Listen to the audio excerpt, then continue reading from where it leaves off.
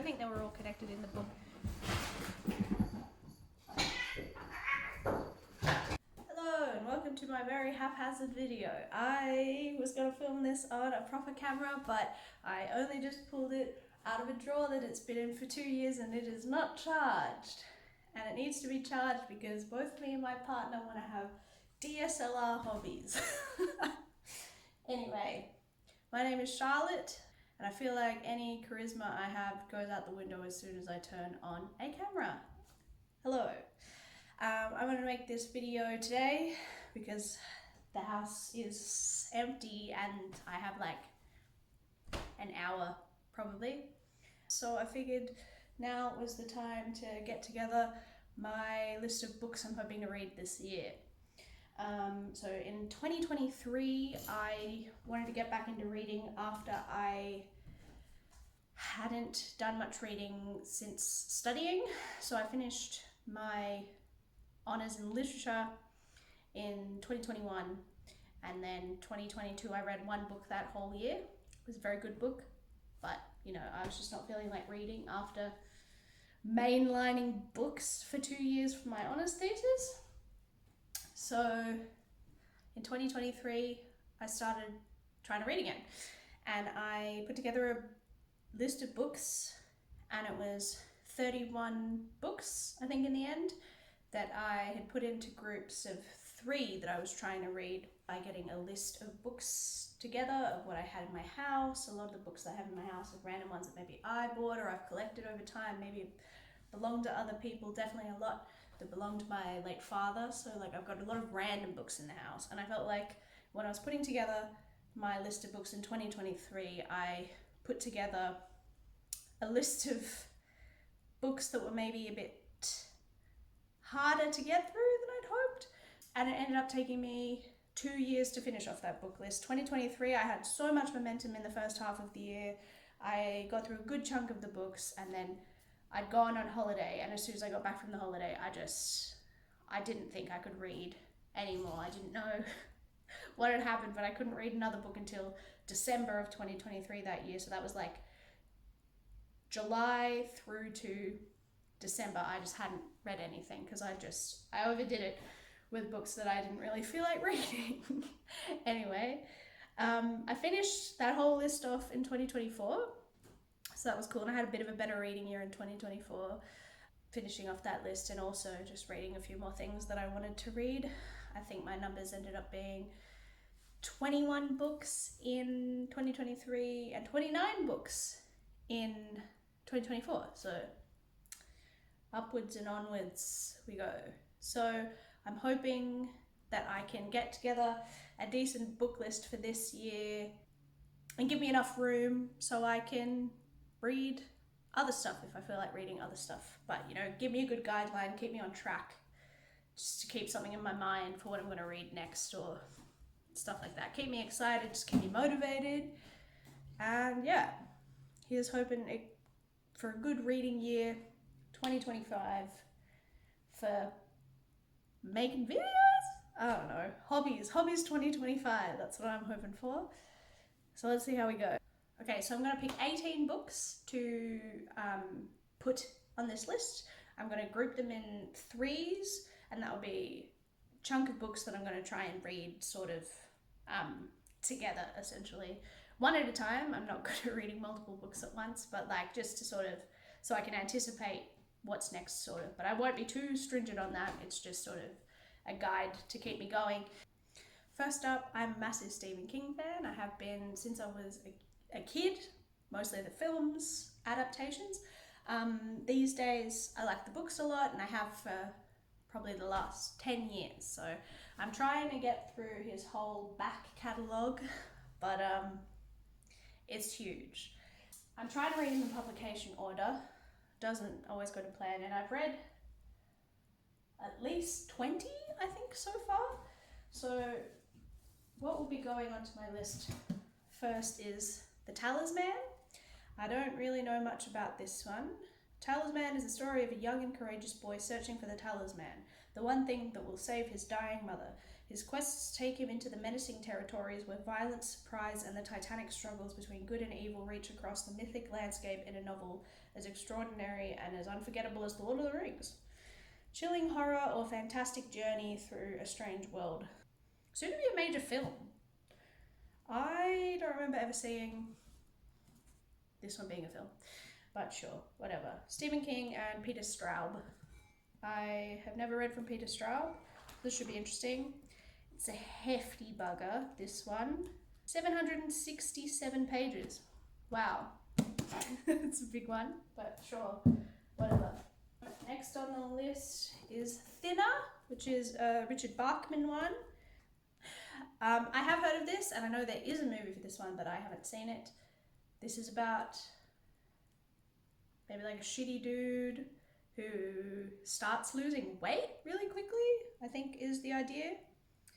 Billy Halleck, prosperous if overweight citizen, happily married, shuddered, then turned angrily away. The old woman's death had been none of his fault. The Count had cleared him. She just stumbled in front of his car. Now he simply wanted to forget the whole messy business. Later, when the scales told him he was losing weight, it was what the doctor had ordered. His wife was pleased, as he should have been, but thinner. What? The word, the old man's curse, had lodged in his mind like a fattening worm, eating away at his flesh, his reason, and his despair. Despair became violence. Sounds odd. Maybe a bit dodgy with the premise and the slur on the back of the book. But we'll see how we go. This one's got just under 300 pages, so that sounds a bit less hard than the Talisman. Next on the list is Skeleton Crew. This one is so janky. It's like, I don't know where I got half of these copies, but this is like an old library copy by the looks of it, and I really like the skeleton here and here, which is probably why I still have this copy. Now I just pulled this out of the shelf and I'm like, oh, I've read something in here. I've got some cute photos in here from somebody's 21st, so that was a long time ago. And I looked back and I realized what I had read in here was actually The Mist, which would have been because that's a movie that I really like, so that's cool. I've read that one already. I'll probably read it again once I get to this. Short stories were really not my friend in 2023 and 2024. I really don't even know if I am a short story person at this point. Like, I prefer longer narratives, but I'll just have to see how this one goes. It's another hefty one, which I'm not stoked about. Just over 600 pages. So we'll see. I think The Mist is the longest one in there, so I'll probably enjoy reading that one again. Alright, the next one on the list is the second book in the, what's this series called? The Dark Tower series. This always confuses me because it's called The Drawing of Three, but it's the second book. I read the first Dark Tower book, so The Gunslinger. I read that one, I think, in 2023. I liked it. It wasn't one of my favorites, I'd say. So I don't know if I'm gonna love this series, but I don't even know if I want to be putting this series in this like grouping of books I'm doing, or maybe because like maybe I should just be reading them all at once. I don't really know. I'm not much of a series reader, so I don't really know if I should do that or continue breaking it up in this sort of way. I don't know. We'll see. The Drawing of Three. Roland of Gilead, the last gunslinger, encounters three doors which open to 1980s America, where he joins forces with the defiant Eddie Dean and courageous volatile Odetta Holmes, and confronts deadly serial killer Jack Mort. As the Titanic forces gather, a savage struggle between underworld evil and otherworldly enemies conspire to bring an end to Roland's quest for the Dark Tower. Masterfully weaving dark fantasy and icy realism, The Drawing of Three compulsively propels readers towards the next chapter, and the tower is closer. Hope they're not too fantasy, because I am not a fantasy girly. So we'll see how that goes. Next is the Tommyknockers, another hefty one. You could really hit someone over the head with this one. I don't think I even know what this one is about. This is one that I think I get mixed up with Dreamcatcher? I think Dreamcatcher's a story. I'm not sure. Late last night, the night before, Tommyknockers knocking at the door. I want to go out, don't know if I can because I'm so afraid of the Tommyknocker man. There's something strange in Haven, Maine. Bobby Anderson quite literally stumbles across it when she's out walking her dog. Now there's something strange about Bobby too. Jim Gardner, poet, drunk, and potential suicide, decides to visit Bobby, who is his only real friend. What he finds is, to say the least, alarming. Bobby Anderson has lost a lot of weight. She is taken to dismantling domestic appliances and making weirdly brilliant inventions out of them. She has developed telepathic powers, but strangest of all is the thing she has discovered in the earth at the bottom of her garden, the spaceship. As the ship is slowly uncovered, and as the citizens of Haven undergo a gradual and frightening mass metamorphosis, their behaviour becoming increasingly bizarre and dangerous, murderous to outsiders, Jim Gardner comes to realise that he has walked into not another drunken dream, but a waking nightmare of terrifying significance. The Tommyknockers is indeed a nightmare, a small-town cosmic nightmare that only the genius of Stephen King could create. In some ways, it is a homage to the golden past of horror and science fiction. In others, a glimpse of a dazzling future in every way. It represents a stunning achievement and another milestone in King's unparalleled best-selling career. That sounds alright. They're not giving away heaps. And I'm just gonna grab Dreamcatcher real quick to see. Okay, so Dreamcatcher seems to be something else, and Tommyknockers seems to be the one with the aliens, which leads me to think that Tommyknockers might be the one with the, do I want to say poop weasel? I don't know. I haven't read it, and hopefully I'll get back to you on that one. Alright, and last but not least of the Stephen Kings I'm hoping to get through this year is The Dark Half. They were laughing at the burial. Tad Beaumont, writer, and his wife. He with a spade, she with a pick, laughing at the camera. Between them, the tombstone and the inscription, George Stark, 1975 to 1987. Not a very nice guy. A joke, a publicity stunt for the papers, because Tad Beaumont, literary writer, had created George Stark as a cover name for the violent thrillers he'd written to earn some quick, much-needed money. But enough was enough. The cover was about to be blown, so he decided to kill off his other self. But George Stark didn't want to go, and Stark was a very violent man indeed. I usually get this one mixed up with The Dead Zone, The Dark Half, The Dead Zone. The Dead Zone's completely different. That's like a political sort of vibe.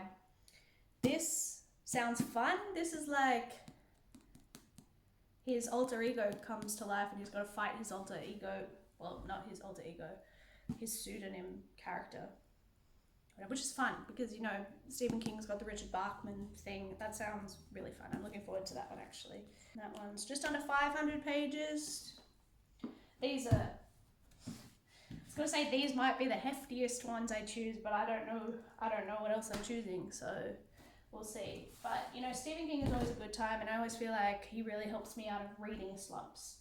So I am excited to read all of these books eventually. So that's the first 6. So I knew when I was going to put this list together that I needed to really prioritize fun. I need to prioritize fun rather than books I feel accomplished or smart reading. I'm sure there'll be at least one of them because, you know, you got to challenge yourself a bit, I suppose, but I just want to prioritize fun because I want to just read a lot and enjoy reading. So 2023 and 4, I had the best time with a couple of Michael Crichton books. I read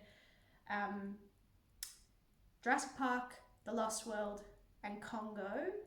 Jurassic Park, 5-star read for me. Congo, I originally gave 4 stars, but then genuinely thought about it so much for like the whole of 2024 that I'm like, this book just has to be a 5-star. Like, I can't believe how much I think about this book and how much I love this book. And then The Lost World, the sequel to Jurassic Park, was really fun as well. Not as great as the first one, but still, you know, a lot of fun. So I bought that package of 5 Michael Crichton books just off eBay, because I think he's another author I'd love to read all the books from. Maybe try and get through my Stephen Kings before I start going after other authors who've written quite a few books. Michael Crichton, not as many as Stephen King, but still quite a lot. The book that I chose is Sphere. I chose this one because I think, and I can't check it because I'm filming on my phone right now, was the book that was published between Jurassic Park and Congo. So it's sort of the right time period for what I've really, really enjoyed from Michael Crichton. I have no idea what it's about. I know nothing about this book. In the South Pacific, 1,000 feet beneath the surface, a spaceship rests on the ocean floor, a spaceship at least 300 years old. Rushed to the scene are 4 scientists, an astrophysicist, a biologist, a mathematician, and a psychologist. Together they descend into the depths of the sea to investigate this astonishing find, to search for answers. Has it come from an alien culture? From a different universe? From the future? What happened to the crew, and what is the giant silver sphere of an alien construction that they find inside the ship? The riddle seems unsolvable. Then someone or something begins to transmit messages onto their computer screen. Messages that grow increasingly hostile, hinting at a terrifying power that threatens to destroy their underwater habitat and their very lives. Sphere is Michael Crichton at the top of his form, an astounding combination of action, suspense, and science that probes the darkest corners of the mind where the man's deadliest enemy lurks. 1,000 feet beneath the sea, the blackest holes are in the mind. That sounds sick. I'm so excited about that. That really sounds right up my alley. Like something I want to read. I'm really excited. What a good pick. 385. Yeah, these books I've chosen so far are a bit big, but that's alright. If they're good, like that sounds like something I'm going to really enjoy. So I'm looking forward to that. The room that I am filming in is an absolute mess right now, but I just wanted to show off my messy Stephen King shelf. I bought a bunch of Michael Crichton books because I've had really good luck reading Michael Crichton this year, and I've also got a random Riley Sager there too. Here is the messiest bookshelf that we've got here, and it's not all my books either. I think a lot of these are actually books that we've just acquired off other people during different moves that they just never took with them. A couple belong to my boyfriend. Yeah, a bit random, bit messy. Here are some books that are more recent buys for me. I don't really know why I was putting them there, but I was really differentiating them from a lot of other books that I have. There's Christmas. This is my slightly tidier bookshelf, and it's got more of the books that I've actually read in here, which is fun. I've read all those. Here to the end, I've read all those. So yeah, I'm getting there. Here I am in front of this bookshelf now, and here is Jimmy. Say hello, Jimmy. As I said, this shelf has more stuff that I've read on it up here, at least. I read this Richard Osman 2023, I think, and this Dawn French last year. I really enjoyed both of those, and now I think it's time to you do the next one in the series. So this Richard Osman one is the next one in that series of the Thursday Murder Club. I really enjoyed the first one. It's the following Thursday. Elizabeth has received a letter from an old colleague, a man with whom she has a long history. He needs her help. His story involves stolen diamonds, a violent mobster, and a very real threat to his life. As bodies start piling up, Elizabeth enlists Joyce, Ibrahim, and Ron in the hunt for a ruthless murderer. And if they find the diamonds too, well, wouldn't that be a bonus? But this time they are up against an enemy who wouldn't bat an eyelid at knocking off 4 septuagenarians. Can the Thursday Murder Club find the killer before the killer finds them? I thought the first one was really fun, so I'm really looking forward to reading the next one in the series. I paired those ones together because, you know, British media personalities going into book writing, essentially. But I'm a massive, massive fan of Dawn French. I watch Vicar of Dibley every Christmas, and I've always been a big fan. And I've got a couple of her books, and I really enjoyed A Tiny Bit Marvellous, which I read last year. And next, just in publication order, I believe. Yeah, I'm pretty sure. I can't check that right now. I don't think this has anything to do with A Tiny Bit Marvellous. It was just another book that she wrote, and yeah, publication order. So I'm going to add this one as well. A woman, a coma, a family, a secret. Sylvia Shute lies in a hospital bed. Family and friends are at her side, each thinking they know the real Sylvia. But do they? For Sylvia hides a secret, and as her visitors gather, so the truth about Sylvia is slowly revealed. Oh, cool. So that's a bit of a mystery as well. I don't think A Tiny Bit Marvellous was really a mystery. It had some mysterious elements, but it was more sort of, you know, a domestic tale about the intertwining lives of members of a family, and I thought it was, you know, I thought it was really fun. This sounds really fun too, so I'm excited to add those two books to my pile. Alright, so that's 9 books so far, so that's half what I was hoping to choose. Now, I think it's been pretty obvious that I've been really focused on fun books so far, and I think I need to put at least one quite challenging one in there. Now, I did consider, I don't know if I'm quite ready for Mr. Joyce. I think I might put that one off for another year, honestly.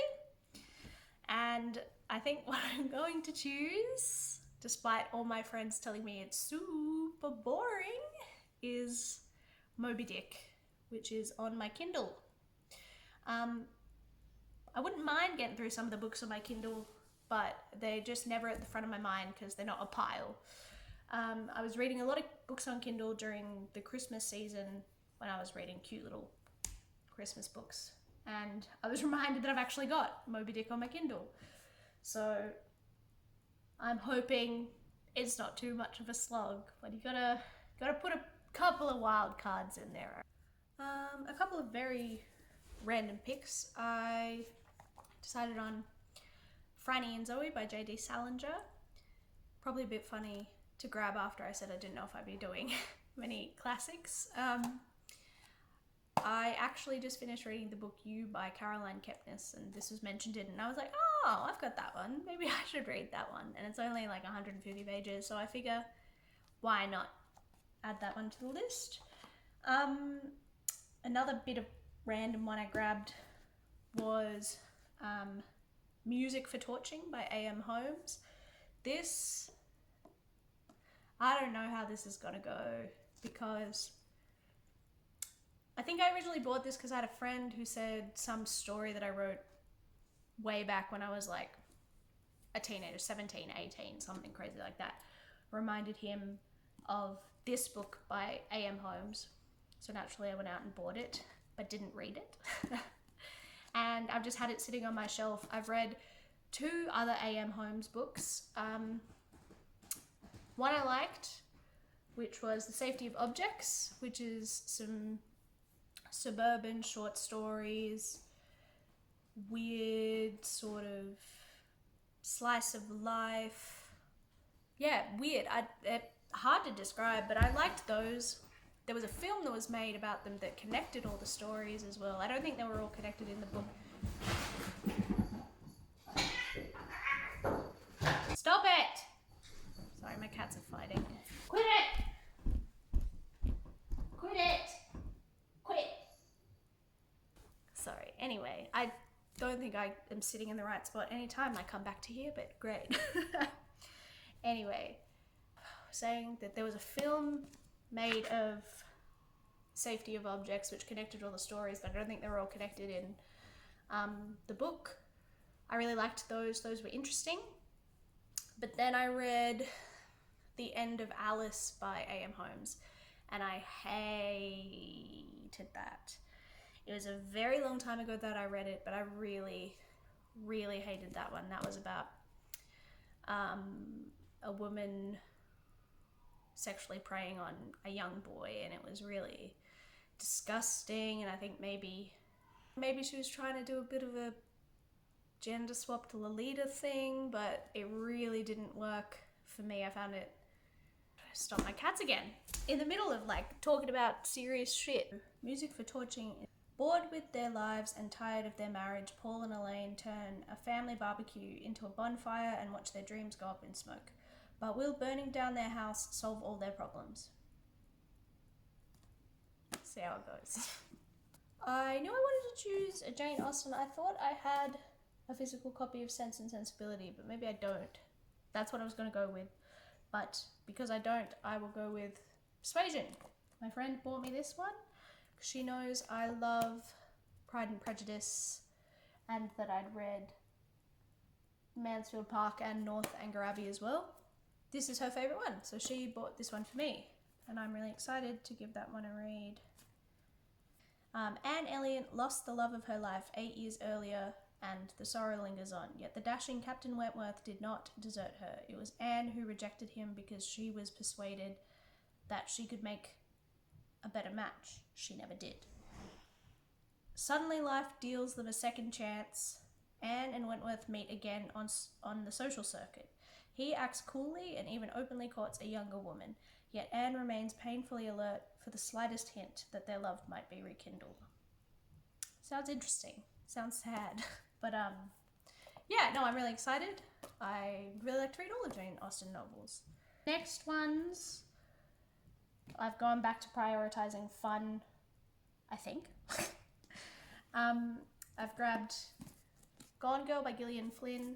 I read Sharp Objects last year, and I really, really, really enjoyed that. That was a crazy book. I also had a really good time because I read that like a weekend that it was raining. I just read that on the couch, and it was so easy and crazy and something I really enjoyed reading. I saw the film of this when it came out many years ago. I remember bits and pieces, but you know, people have just told me that the book is a lot better than film. So I'm excited to give that one a go. Do I need to read the... Yeah, alright. Who are you? What have we done to each other? These are the questions Nick Dunn finds himself asking on the morning of his 5th wedding anniversary, when his wife Amy suddenly disappears. The police suspect Nick. Amy's friends reveal that she was afraid of him and that she kept secrets from him. He swears it isn't true. A police examination of his computer shows strange searches. He says they weren't made by him, and then there are the persistent calls on his mobile. So what did happen to Nick's beautiful wife? I'm excited to read that. Next up, I've got Horrorstör by Grady Hendrix. I have read My Best Friend's Exorcism, and I really enjoyed that one. That was more intense than I'd expected it to get, but I thought it was really, really enjoyable. I love the style of this. This is so fun to me, like looking like an IKEA catalogue and all the stuff in it. Like, I'm really excited to give this a go. Something strange is happening at the Orsk Furniture Superstore in Cleveland, Ohio. Every morning, employees arrive to find broken Kering bookshelves, shattered glands, water goblets, and smashed Lirapip wardrobes. Sales are down, security cameras reveal nothing, and store managers are panicking. To unravel the mystery, 3 employees volunteer to work a 9-hour dusk till dawn shift in the dead of the night. They'll patrol the empty showroom floor, investigate strange sights and sounds, and encounter horrors that defy the imagination. A traditional haunted house story in a thoroughly contemporary setting. Horrorstör is designed to retain its luster and natural appearance for a lifetime of use. Pleasingly proportioned with generous French flaps and a soft cover binding, Horrorstör delivers the psychological terror you need in the elegant package you deserve. That's fun. I'm really looking forward to that one. Next up, I've got Dead 11 by Jimmy Juliano. I've heard that it starts off pretty good and doesn't end great, I think, but the cover was gonna sucker me in even if people said it was shocking. So, yeah, no, I'm excited to see how it goes. On a creepy island where everyone has a strange obsession with the year 1994. When Willowstone discovers the words Clifford Island written on the floor of her deceased son's bedroom, she is perplexed. She never heard of it before, but soon learns it's a tiny island off Wisconsin's Door County Peninsula, 200 miles away. Why would her son write this? Determined to find answers, Willow sets out for the island. After a few days on Clifford, Willow realizes this place is not normal. Everyone seems to be stuck in 1994. They wear outdated clothing, avoid modern technology, and perhaps the most mystifyingly, watch the O.J. Simpson car chase every evening. When she asks questions, people are evasive, but she learns one thing: close your curtains at night. High schooler Lily Becker has lived on Clifford her entire life, and she is sick of adhering to the island's rules. She's been to the mainland, and it's normal there. But why is Clifford so weird? Lily sets out to prove that the islanders' beliefs are a sham. But are they? 5 weeks later, Willow disappears. Her brother Harper comes to Clifford to search for her, and when he learns the truth that this island is far more sinister than anyone could have imagined, he is determined to blow the whole thing open, if he can get out alive. Sounds fun. Dropped it.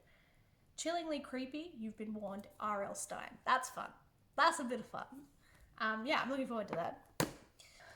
Next up, I've got I Who Have Never Known Men, which I don't know heaps about. I even wonder if I should be reading the blurb, but yeah, I will. For a very long time, the days went by, each just like the day before. Then I began to think, and everything changed. Deep underground, 39 women live imprisoned in a cage. Watched over by guards, these women have no memory of how they got there, no notion of time, and only vague recollections of their lives before. As the burn of electric light merges day into night, and numberless years pass, a young girl, the 40th prisoner, sits alone, an outcast in the corner. But soon she will show herself to be the key to the others' escape and survival in the strange world that awaits them above. That one sounds really interesting. I don't know heaps about it, just that I think it got suggested by a different booktuber and it sounded really interesting. And I'm excited to give that one a go.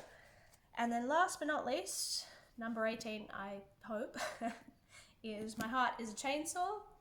My partner got this for me for my birthday this year, and I just haven't gotten around to it yet, but I'm really excited. Some girls just don't know how to die.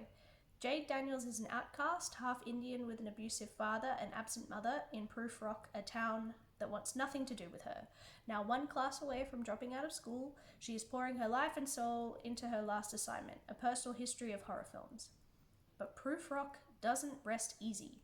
As blood spills in the lake and violent stories refuse to stay buried, Jade's encyclopedic knowledge of horror cinema begins to make sense of everything happening in the rapidly gentrifying rural lake town. And with the arrival of the final girl, Letha Mondragon, she's convinced an irreversible sequence of events has been set into motion. As Jade dives deep into the history of her hometown, the missing tourists, the drowned church in Indian Lake, the tragic deaths at camp years ago, the town strives to keep her trapped. But outcasts still laugh and fight and cry and love fiercely, and even as the terror descends, the blood flows. They never ever give up. I'm really, really excited to read this one. I love sort of genre bending or genre engagement. I love all that kind of stuff. So especially horror. I love horror too. So I'm really excited to see how that one goes. I still need to put all these books into sort of palatable groups of 3. I think there'll be 6 groups, and I think each group will start out with a Stephen King book, and then I'll put 2 more books in to make sort of little groups of 3 to help me get through all these books. Hopefully I've made good choices and don't put myself in a reading slump. I'm really excited to do some more reading this year. I've read 1 book so far, and I'm looking forward to keeping up my momentum. I'd also really hope that maybe I keep making videos. We'll see how the editing process goes, because the filming process has been quite fun. Anyway, if you watched this, then thank you. Goodbye!